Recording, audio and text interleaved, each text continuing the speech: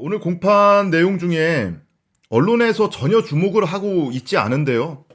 굉장히 유의미한 일이 하나 있습니다. 전혀 이 부분에 대해서 이 캐치를 못하고 있는 것 같아요, 언론이. 어디에도 이 관련 보도가 안 나왔던데, 김경록 씨 측 변호인단이 검찰을 한 방 매긴 것 같아요, 오늘. 무슨 얘기냐면, 제가 지난번에 한번 방송에 말씀드린 적이 있는데요. 지난번 1차 공판 때 검찰이 김경록 씨의 혐의를 기소하면서 포괄 1죄로 기소를 하는 거라고 했습니다. 혹시 보신 분 계실지 모르겠는데 포괄 1죄로 우리는 기소하는 거다. 포괄 1죄와 실체적 경합범으로 구분을 지금 해서 보고 있는데요. 포괄 1죄라는 거는 뭐냐면 말 그대로 포괄적으로 하나의 죄를 지었다는 겁니다. 그러니까 8월 28일에 자택에 가서 하드디스크를 분리하고 그리고 두고 나왔죠. 그리고 사흘 뒤인 8월 31일에 자택에 가서 다시 정경심 교수로부터 하드를 건네받고 보관하고 있어라. 그리고 그날 바로 동양대에 내려가서 동양대 PC를 반출하고 이게 사흘 간격으로 벌어진 일이잖아요. 그리고 장소도 자택과 동양대로 구분이 되지 않습니까? 그런데 검찰은 이것이 연결돼 있는 하나의 행위다라고 주장을 하고 있는 거예요. 근데 재판부가 지난번에 의문을 표했거든요. 장소상으로 보면 이 자택과 동양대 별개의 장소기 때문에 별개의 사건으로 볼 수 있지 않느냐 이렇게 의문을 표한 적이 있었습니다. 근데 오늘 변호인 측이 포괄 1죄가 아니고 실체적 경합범으로 선고를 해달라라고 요구를 했어요.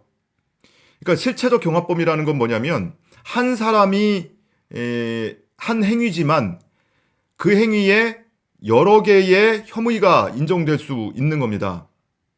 근데 지난번에 검찰은 포괄 1죄로 기소를 한 거다라고 하면서 포괄 1죄로 기소를 하는 것이 피고인에게도 유리하다라고 이야기를 했거든요. 그래서 제가 사방으로 막 자문을 받아보고 도대체 그게 무슨 의도가 숨어 있을까를 자문을 받아본 결과는 당시 해석은 이랬습니다. 8월 28일에 자택에서 하드디스크 분리하는 것부터 사흘 뒤에 하드디스크와 동양대 PC를 반출하는 것까지 일련의 행위를 하나의 연결된 행위로 보면 조국 교수의 증거은닉 교사 혐의를 검찰이 주장하는 논거가 확보된다. 왜냐하면 지금 검찰이요, 조국 교수 공소장에 써놓은 증거은닉 교사의 내용이 없어요. 그냥 정경심과 공모했다. 컴퓨터 등을 은닉하기로 공모했다. 그리고 8월 28일경 피고인과 그러니까 조국 교수와 정경심 교수가 컴퓨터 하드 교체에 관한 사항을 연락을 주고받으면서 김경록 차장에게 분리를 해달라고 했다. 이 정도가 전부입니다. 그리고 좀 전에 말씀드린 것처럼 조국 교수가 귀가를 하면서 김경록 차장에게 도와줘서 고맙다, 집사람 도와줘서 고맙다라고 인사를 했다고 했잖아요.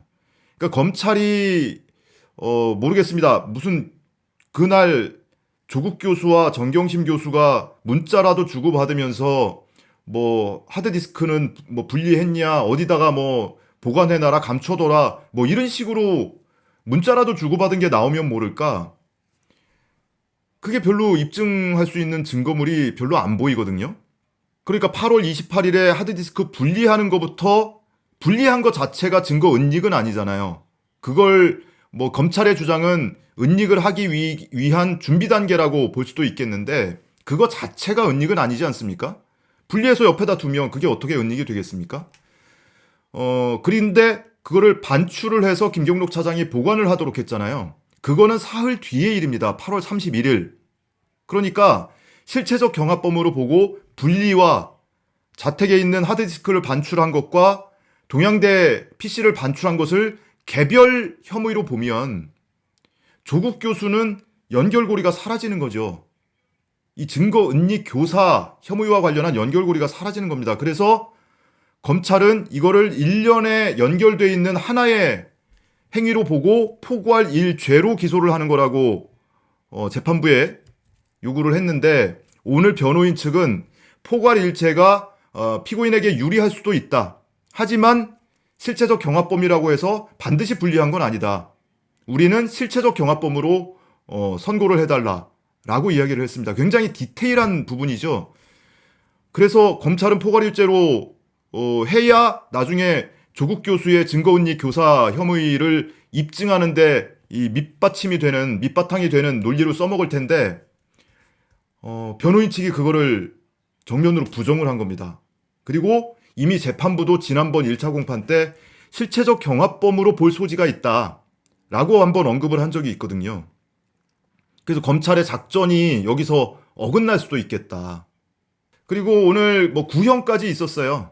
뭐 증인 신문이 없으니까 뭐 구형까지 있었는데 뉴스에 보셨겠지만 징역 10월을 구형했습니다. 검찰에서는요. 양형에 관한 의견서를 제출을 했는데 김경록 차장이 그 뭐 하드디스크를 임의 제출해서 실체를 규명하는데 협조를 했고 그리고 자신의 죄를 반성하고 있고 그리고 정경심 교수의 자산관리인으로서 자산관리인 PB와 고객과의 갑을 관계가 있었기 때문에 뭐 그 부탁을 거절하기 어려웠다는 점, 이런 점에 정상을 참작해서 양형에 참고해달라. 그러니까 검찰이 기소를 해놓고 재판부를 향해서 양형에 참고해달라, 선처해달라라고 이렇게 의견서를 낸 겁니다. 그런데 정작 구형은 징역 10월.